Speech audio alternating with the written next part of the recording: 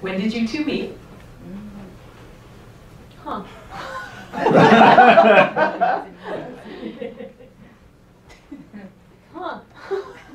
2004, right? Right. Yeah, you're right. Yeah. You take, do you remember? You take this one. I'm from Ireland. So I've been living in San Francisco for quite a while. My very good friend at the time was married to a lady from the East Coast who was friends with Abby, and Abby came out to stay in San Francisco and visit them.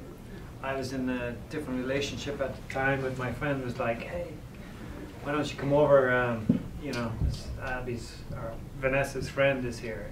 She's kind of cute and stuff. So I came over just to scope it out. Scope it out. Do some comparative shopping? Yeah, so that was when we, you know, met. Right. But I see. Yes, I get it. There was another 6 months until that relationship ended and ours started. Okay. I'd say. Okay. Sounds complicated. Fair enough. No, it doesn't. It sounds like he was smart. He was, you know. Sounds just like it's supposed Yeah. to be. What did you think of each other's families?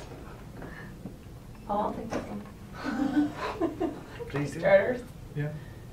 I was so excited to go to Ireland for the first time. Everyone was like, people are so nice and it's so amazing, you're having the most amazing time. But Eddie is the youngest of 12. Oh, wow.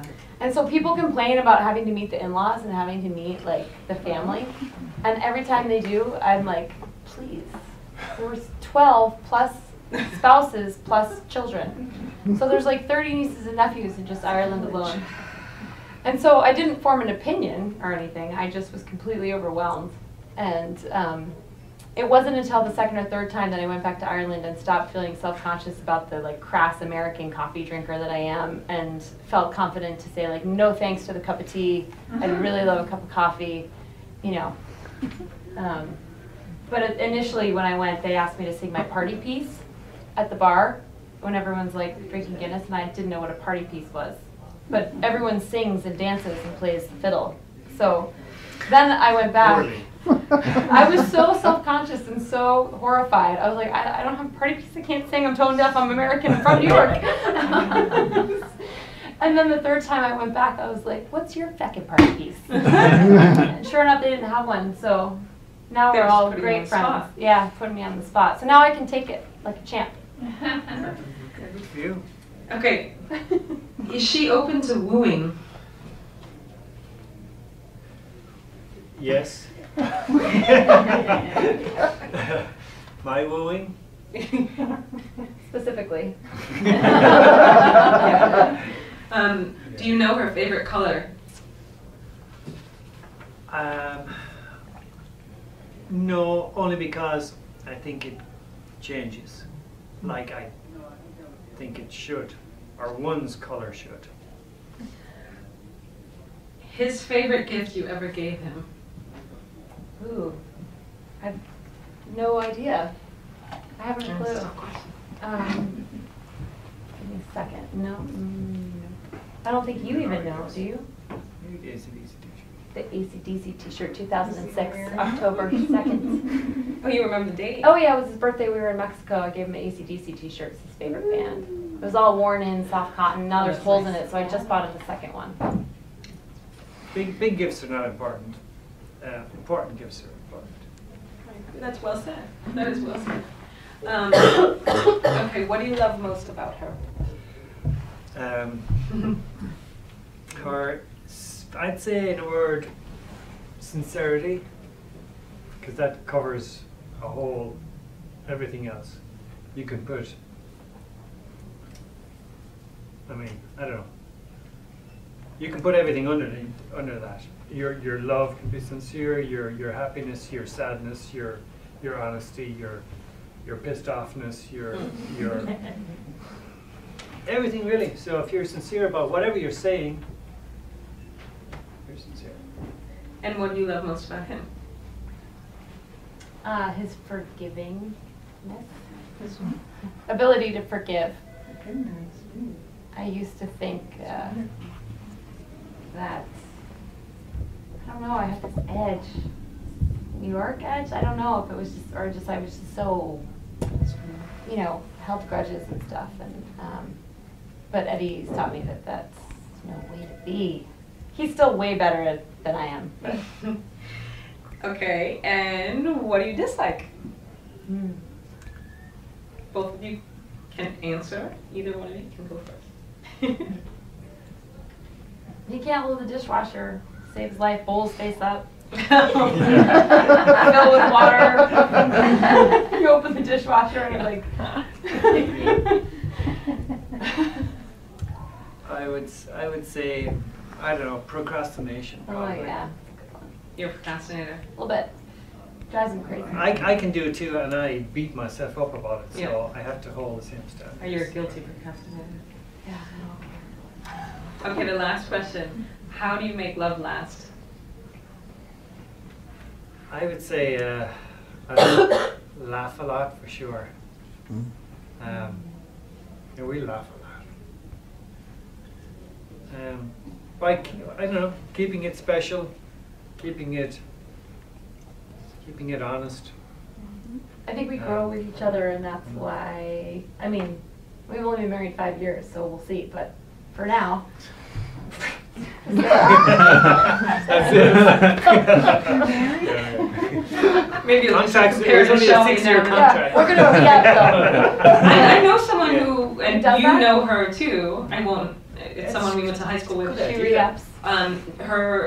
When she got married, she said that it's only for 7 years, and every 7 years we're going to sort of revisit the contracts, literally with like lawyers and stuff. We didn't do that, but we've heard people that do that, and it's actually kind of awesome because people change and grow. Yeah. But I think that well, so far, I was gonna say is that growing together has been what's been good. Yeah. Like because people don't stay the same. No. And you change, and when you can change together and realize that each other are changing, then that's good.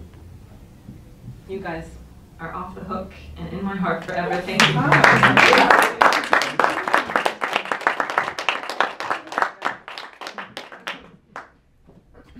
It's been really fun doing this because it's always been.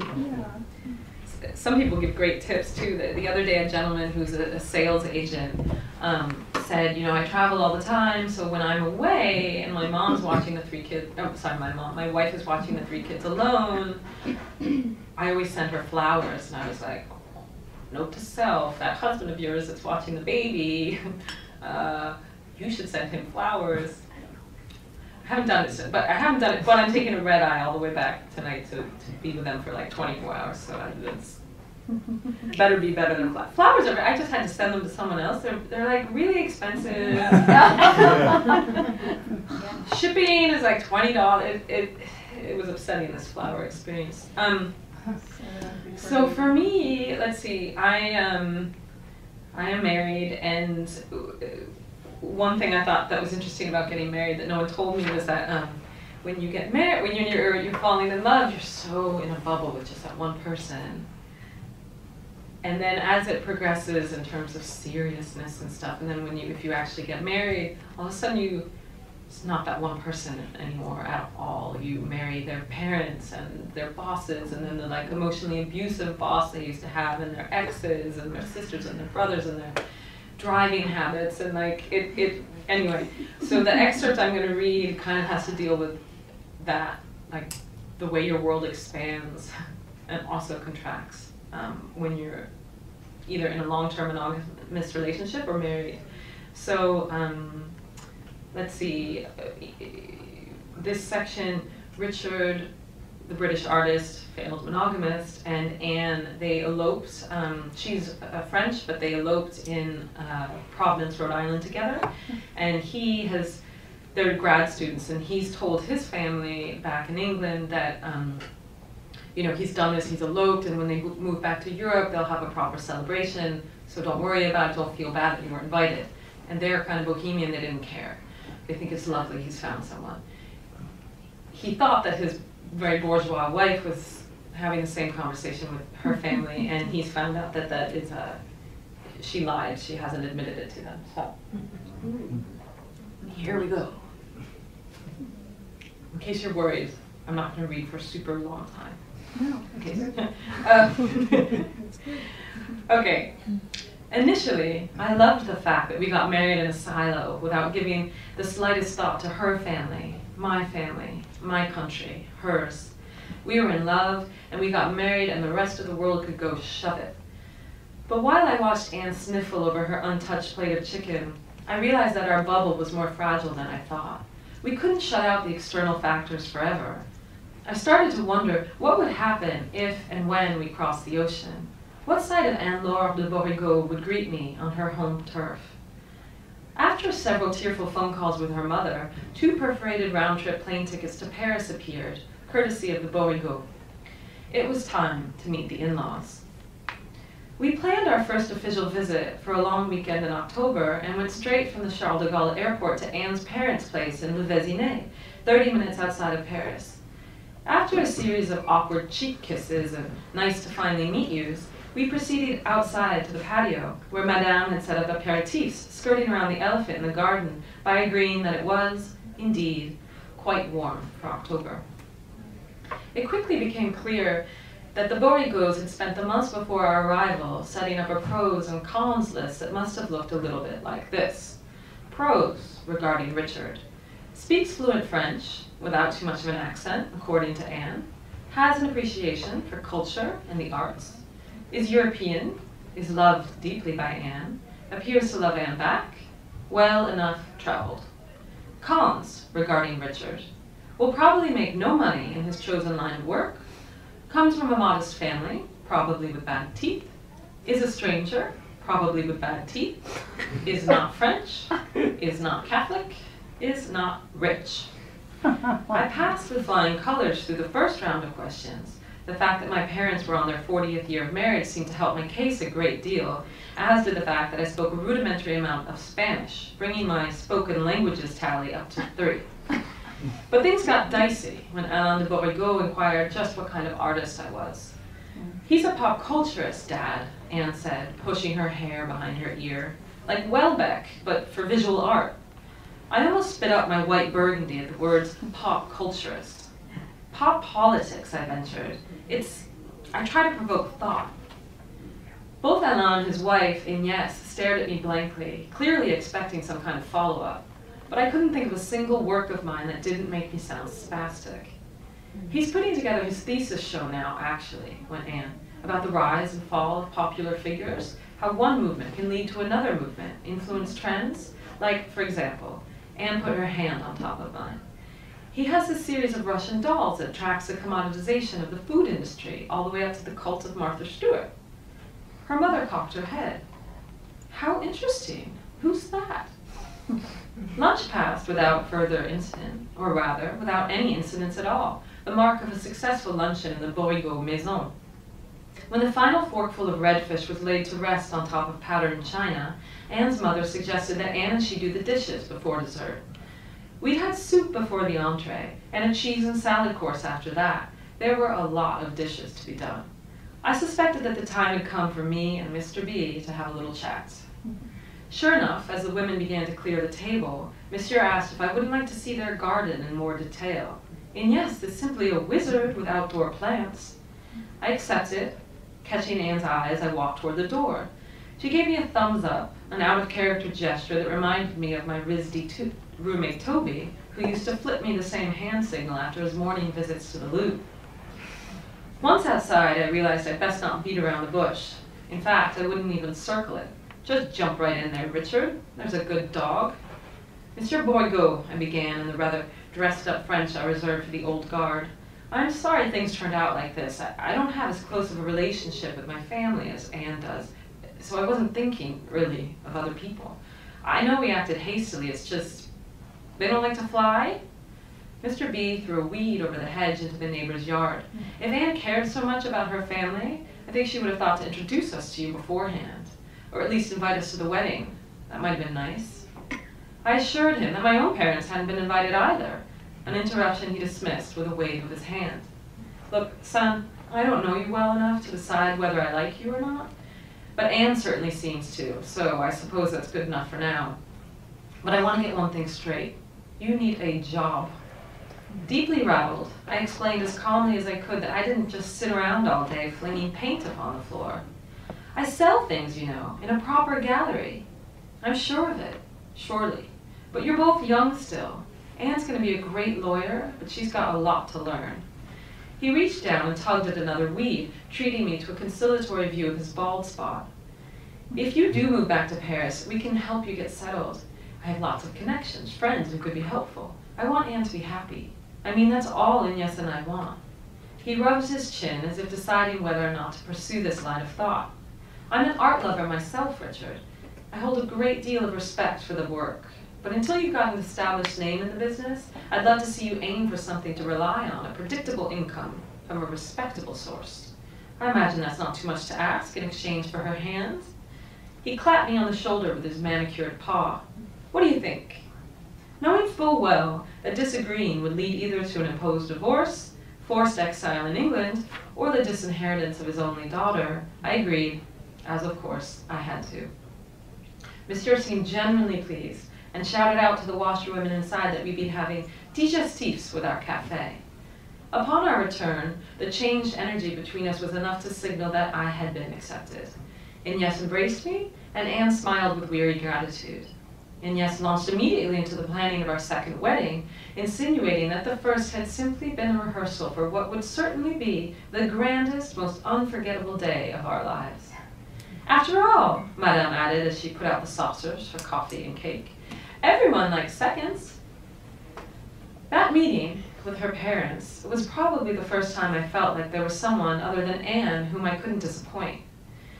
Nowadays, there are loads of people in my life to let down. My daughter, my gallerist, the baker at the boulangerie who looks absolutely crestfallen when I don't have exact change. But up until then, it had just been Anne and me. There were fewer expectations.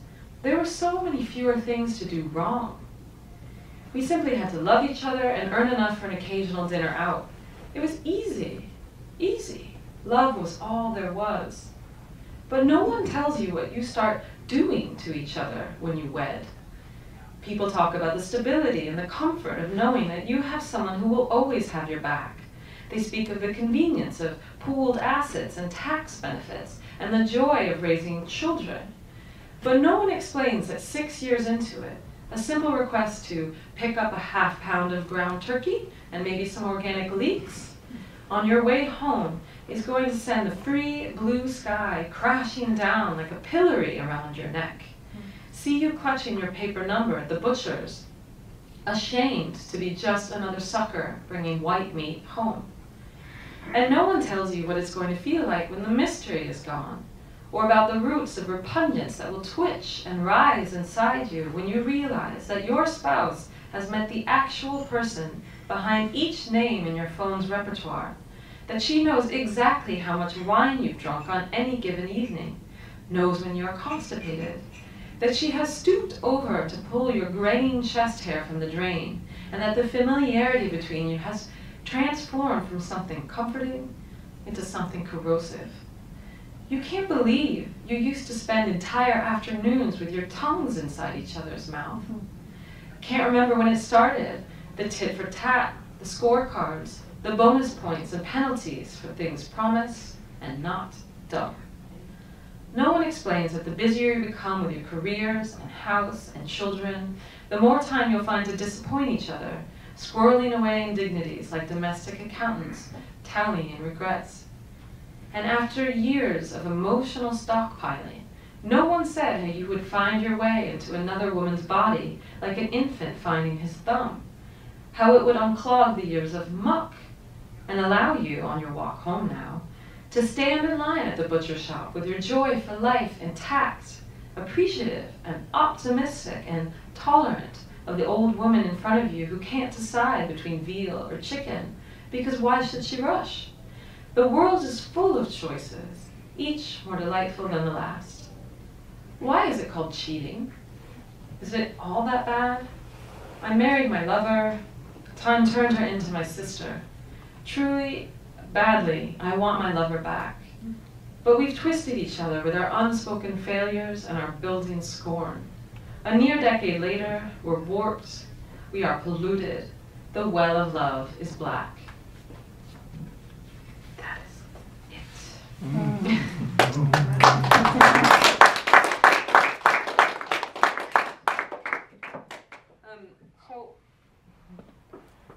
So I really love question and answer Q&As. I'm a really open person, and I had a very funny path to publication because I originally wrote this book 10 years ago before I was actually married, and I was living in Paris, and I was 24. Yeah, my math is bad, but yeah, I think it was. I was 24. Oh right, because it's been longer than 10 years. I'm 36 now. I have to up the, it was like 12 years ago. Okay. So yeah, my math is no good. But anyway, I was 24, I wasn't married, I wrote this, and it almost, it was supposed to get published, and then the whole deal fell through. It was rejected by 18 editors, and then it just sat in a box for 10 years. That time it really was 10 years. Until my third agent convinced me, like, this is it, this is your debut novel, you have to take it out of the box and make it rise like a phoenix.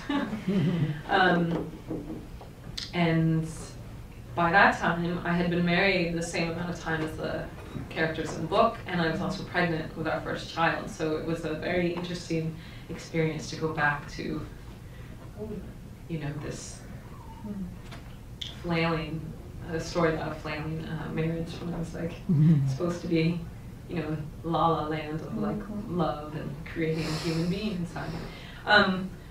So anyway, I don't know, that's prompts. You could ask me about that. You could ask me about what it was like being a Corona sales promoter. Okay, so you wrote that before you were married and had apparently an actual experience of all this despair. So then how does it measure up later on once you were married to your actual experience? Well, by experience, do you mean despair? Are you assuming I would? The comfort turned to corrosiveness, etc. The disaster of the lover turned sister, that. Well, the way it compares is that before I was married, and it was the same story. It was basically like a glorified 7-year itch, and I projected myself into the head of a man, and I was thinking like, well, obviously you'd be bored by that point. Obviously you'd want to cheat. Obviously you probably would cheat. And I wrote it in a way that was very disrespectful and sort of cynical and didn't take into account what I've learned now about marriage is that like you actually do love the person, and then you start to, there's like consideration and respect involved, and maybe you've had a child together, or someone sacrificed something so that, I don't know, you can live where you live, or not work, or all these things, and I hadn't taken any into account. I had only thought like, you're gonna be bored, your eyes are gonna, look elsewhere, and you're going to, do the deed, and why not? So, what changed was compassion. The voice became much more compassionate, and then it changed for the wife as well, because I did a couple versions where she was just angry all the time, and in this version, in the beginning at least, she's just trying to make the kind of their life function. She's sort of in denial, which I can understand. I can understand that, like hoping it'll go away, So. Thanks. Yeah. Did you process your own internal relationship to the character in your book over those 10 years, and was that part of what matured and changed as your relationship with your husband? You had some real ahas, and no, that's not the way, that's the way I thought it was. This is the way it is. No, not at all, because I had completely, to me this was a buried project. If you came in late, I was describing that I actually wrote this book 10 years ago before I was married, and then it didn't get published until I rewrote it from scratch like 10 years later. It was just done for me. It was not going to happen, and it was a very like heartbreaking process for me, so I finally just parted ways with it, and I didn't want to return to this. I really didn't. My agent, it took her about 2 months to convince me. So these characters hadn't been in my mind at all. It wasn't. I really did like a cutting ceremony almost. You know, they weren't. I didn't wander around thinking that this was my long lost novel. I just thought it ended up being like a writing exercise or something. It just wasn't something that was going to be published, and it had been a great experience, and I was too young. Separated from it. Yeah, yeah. So that's good. It was what was good was that I was able to re-find his voice. It wasn't lost to me. Was it? So you really just didn't look at it for 10 years? No.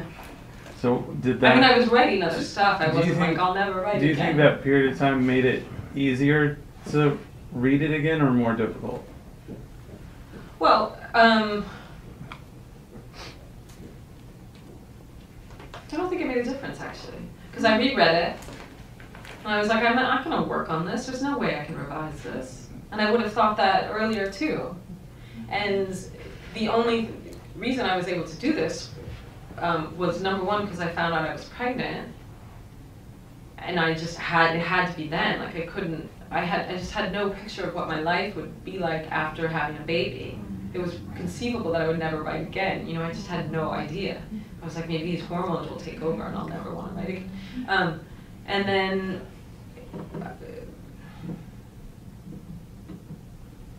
yeah, no, I'd really said goodbye to this thing. But I can get very kind of hippie and symbolic about things. And when I realized that I had been married the same amount of time as the people in the book, and that you know, I was pregnant, right? And then also it was about to be exactly 10 years from when the project had fallen through. I was like, all right, this was a good book. It was good enough to get me an agent and an editor, and it really almost happened, and it broke my heart. And like, I did start to do visualizations of it like a phoenix, you know, and I was like, I'd psych myself up. And then it was just the timing. I thought I was like, I'm gonna have a baby and a book at the same time. I'm gonna have a baby and a book at the same time. And I kept saying that to myself. And I told my agent, I was like, you have to sell it before the baby. And none of this can happen after the baby. I don't want to be hearing disappointments after the baby. And I rewrote it from scratch, revised it like 7 times, and we sold it right as I hit my 3rd trimester. It was like an amazing, I worked really hard, really hard. So, yeah, Tony. I have the benefit of hearing about some of the other things that you've done, but and it may be just a coincidence, but it seemed like do you find yourself, you mentioned that you were trying to find his voice, or find, do you typically write from a man's perspective, or try and find a man's perspective, and like why is that? Yeah, why? I don't know. Recently I'm like, I think I need to see a literary therapist, because people ask me that all the time. And it's true, I usually write from a male point of view, and I think it's because, as you know, I went to an all-girls school for 14 years, so there's like a lot of female voices around me and with me, and I always kind of felt like mentally I didn't fit in, like maybe I wasn't having the same thought process as women, and I find that sometimes in situations I tend to be really blunt, and I don't think things through necessarily, and I get very self-conscious when I try to write from a female point of view. But then the other thing I've noticed is that I really like to make up stories, so the further I am in the fiction from my actual self, it becomes easier to write. So like, this guy's not just a man, he's British. So when I try to write short stories from a female point of view, for example, it's very hard for the father of the character to not be my father, for the mother to not be my mother, and so on and so forth. Whereas the minute I was like, this guy is British, he's a British artist. Okay, so his parents are probably British too. Who are? Right away they weren't my parents anymore. And this guy wasn't me, and it became so much easier. And with this particular story, you know, it wouldn't have been a fun read, I think, if it was from the spurned spouse's point of view. So you answered half my question. Okay. But I find it interesting that a New Yorker, especially a young New Yorker working on her first novel. I'm not a New Yorker. Oh, I thought you said you were from New York. She's from New York. Oh, where are you from? I'm You a New don't Yorker. sound like you're from New York. I'm not far, but I'm from Connecticut. Okay, American. Yes. Will be East Coaster even. Yeah. East Coast. You choose a British Yeah. hero and a French heroine, which is such an interesting country dynamic. I was curious why did it just happen, or did you do it? Yeah, I did, and I'll never do it again. I'll never do it again because the American, just give you some insider stuff. I have film agents for this book, right? And they're a very powerful agency that most people, they sell the book rights like that. And so one of the big pushback things here is like, it's international. The casting is such a headache. English, French. I was like, it's an international rom-com. Are you kidding? It's like huge. But really the reason I did it, because I knew I wanted to make fun of French people and Americans. And if it had been an American man, you couldn't get away with both, right? And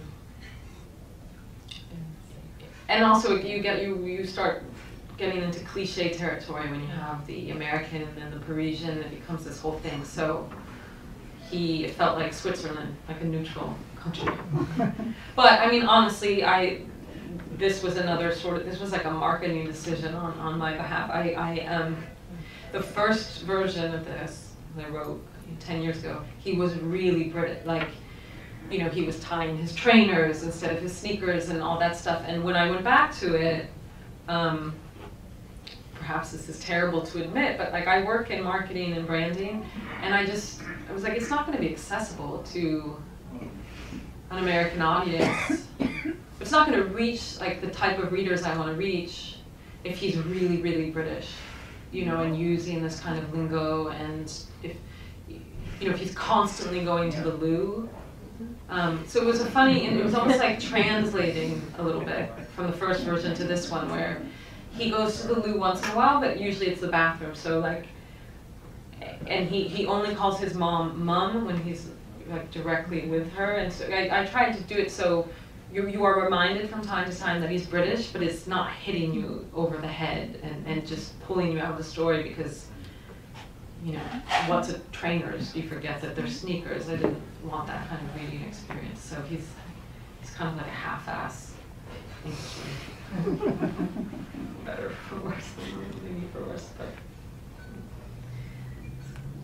Is there an audio version? Yeah. Yeah, there is, and apparently he's British. I can't listen to it. I haven't listened to it.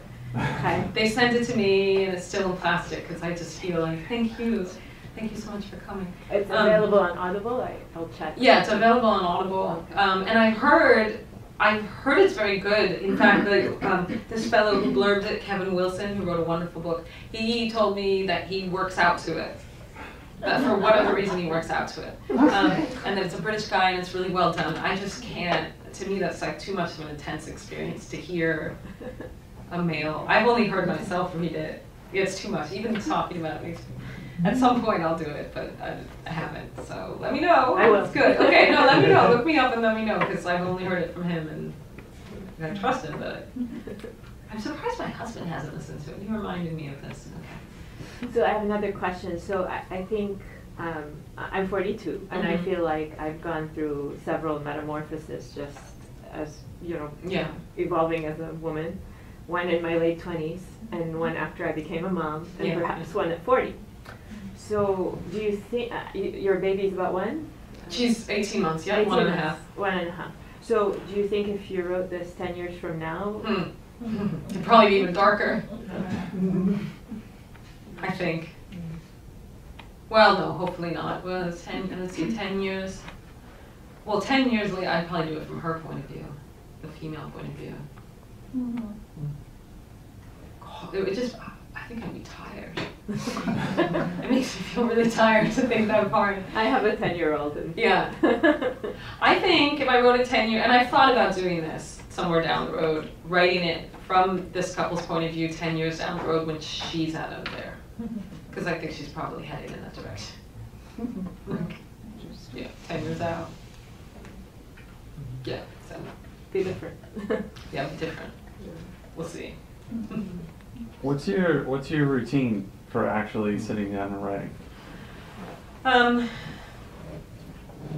Obviously it's changed since having a baby, but like I'm not one of these people that's like, it changes everything. I try to she's in daycare, so the days that part-time daycare, so the days she's in daycare, my husband brings her to daycare, and so that means that I always wake up earlier, so I'll get her up, get her dressed, and then I'm like, you're on. And I make my tea and I go up. I write in the bedroom because it's on the second floor. I like to be elevated. And I just lock the door, try to not pay attention to whether or not he's like putting the right sweater on her, you know, these micromanagerial things. And then I try to, honestly, these days I'm just so overtired all the time that if I can get in like 3 great hours or something, that's good. But normally I would be doing from like 9 to 2 or 4, right? But within that, there's emails and like sometimes I have naming projects and stuff. But I never work after 4, ever. I try not to even like book an email after 4. I do believe in cutting off like and digital cleanses and stuff, because I feel sick. I start to feel sick because I'm working on the computer all day long with words, and then, you know, you have people like, it's just always coming at you. So, I work better in the morning, I drink tea and not coffee, and then exercise is a big thing for me. Like, I try to run it off or dance, like in the winter, you know where we live, there's just so much snow. So in the winter, if I'm just feeling really frustrated, I'll go down and blast really bad pop music and just dance around the house until I've kind of found my way back into things. But I mean, I used to just constantly work, and now with my daughter, it's more about like quality over. I'm just going a lot slower, which is fine. I'm teaching myself to feel okay about that. Some anxiety in the middle of the night from time to time, but it's probably better. So. Who do you like, writer-wise? Well, I have some like old, you know, faithfuls. The late Robert Stone, Martin Amis, I adore. Confederacy of Dunces. You know, well, he had 2 books, but John Kennedy O'Toole. And then I'm just constantly, like I get sent books now to blurb, so or I'm more involved. Like I didn't do an MFA, so now that I have a book, I have more writer friends, so I'm reading friends a lot. I just read Matt Summel's Making Nice, which I loved. I just finished Miranda July's The First Bad Man, which I loved, and then loved less, and then loved. It was kind of uneven. Did I say A.M. Holmes? Adore A.M. Holmes. I think she does dark humor really well. You know, George Saunders, of course. But and the corrections was huge for me. Jonathan Franzen's The Corrections. When you read other people's books, what kind of qualities do you look for in their books? I look. Is there like a pattern? Yeah. I find I like to be entertained and moved. That really, like another favorite of mine is Arda Collins. She's a poet. And C.D. Wright, who I used a part of her poem for my epigraph. I love anything that just,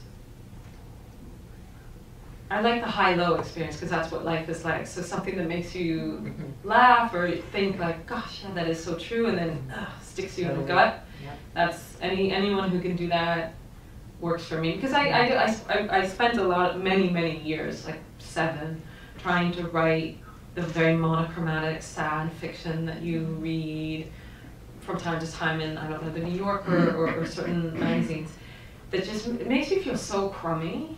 Beautifully written, but like, there's not always a lot of joy. I do like joy. I like fiction or nonfiction that celebrates life. even if it's about a negative, you know, we were just talking about John Ronson earlier, who's a journalist I admire a lot, and he writes about some terrible things, but he does it in a way that makes you want to keep living, you know. I think that's a beautiful quality. And then sometimes I read really, really commercial things, you know, like I liked Twilight. I believe, just like with pop music, I believe that there's a lesson to be learned in reading what is flying off of shelves, you know? Like, Gone Girl, I mean, Gone Girl is very high. Yeah. It's not, you know, like supermarket fiction, but still, I wanted to read Twilight because I was like, this is a phenomenon, why? And when I read it, I was like, this is actually, it's silly that people are turning their backs on this because there's a wonderful lesson here to be learned about don't let your characters kiss. It's basically about that, like the entire series is about like, will these people make out or not? So. You said you wanted to make fun of the Frenchies, how come? Oh, well, because I'm married to a Frenchman, and I lived in France for 5 years. We go back for about 2 months a year every year, so it's still, it's like it's a second home. You know, my family at this point is they're French, so. Oh, so you're allowed? Yeah, I'm allowed to. I am absolutely allowed to make fun of the French. My husband is not very French, though. Well, except with the drafts, he's like petrified of drafts. Oh, yeah.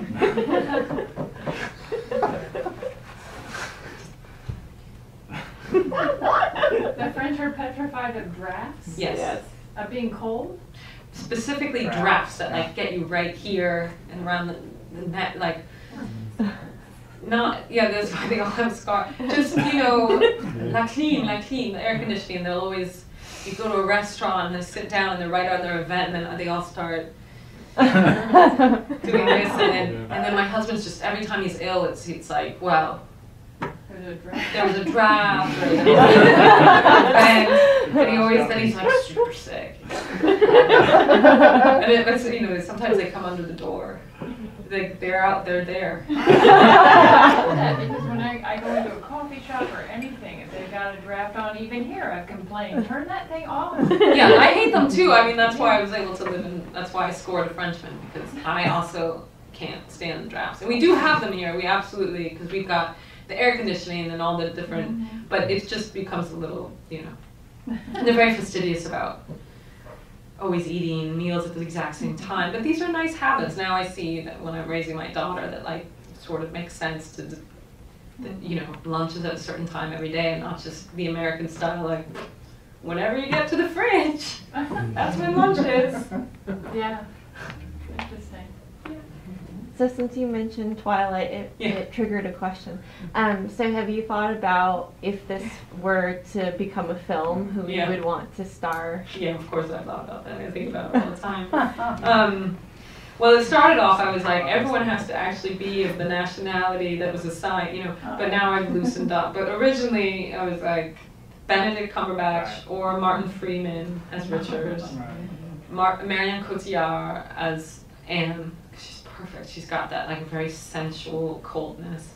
And then the mistress, I was open to them. I was like, I don't know, maybe Jennifer Lawrence, but she's not really bohemian enough. So I don't know. She still hasn't been cast. But now I'm like, I'm like, hey, just stick an American in it. I think John Krasinski would be great, or Mark Duplass. And Mark, okay, so Jonathan, what's his name? Krasinski. We were friends in college. Oh, good. And I actually, maybe could have like, but I had a boyfriend. I was the only girl who liked John Krasinski. He was kind of a big dork. And and now, like, he's so famous, no one, because I wanted to get my book to him, and he's so famous that even people who were really close to him, no one can get. I'm like, damn, I should have seized the chance when I had it back. So. Yeah, if anyone sees him, remind him of Courtney, who was nice to him when no one else was. Okay. We should get to some signing process. Okay. And I promise to turn off the AC, so.